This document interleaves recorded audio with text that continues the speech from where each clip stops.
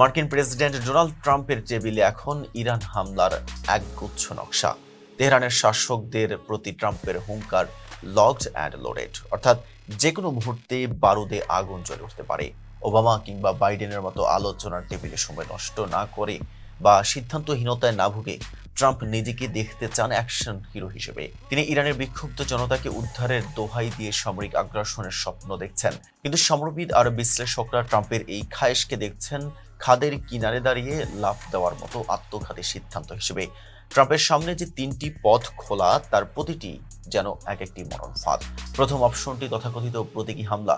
Revolutionary গার্ডের কিছু barrack কিংবা নৌঘাঁটি গুড়িয়ে দিয়ে ট্রাম্প হয়তো বিশ্বকে দেখাতে চাইবেন তিনি কিছু একটা করছেন।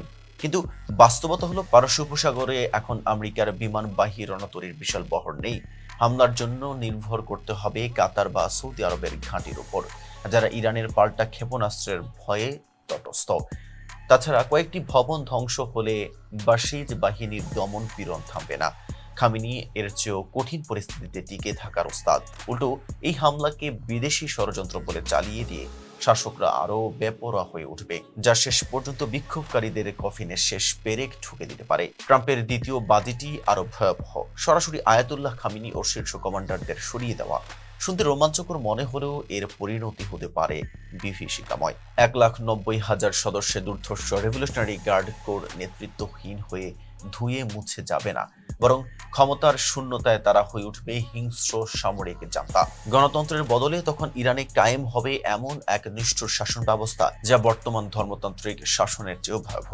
বিক্ষোভকারীদের বাঁচানোর নামে ট্রাম্পের এই পদক্ষেপ তাদের জন্যই নির্মম বিদ্রূপ হয়ে দাঁড়াবে।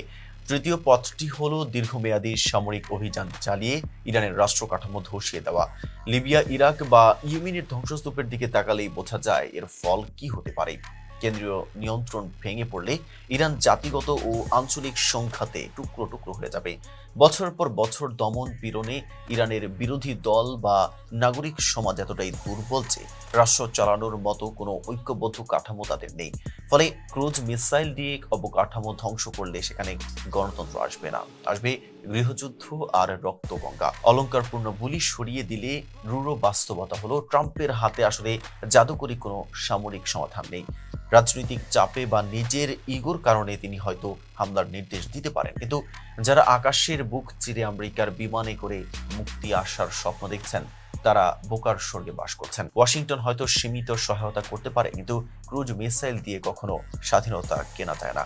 ইরানের ভবিষ্যৎ আসলে নির্ধারিত হবে তাদের সাহসী জনগণের হাতেই, কোনো বিদেশি আগ্রাসনের নয়। এতক্ষণ সাথে ছিলেন মেহেদী হাসান। ফেজ দ্য পিপলের সাথে থাকার জন্য ধন্যবাদ।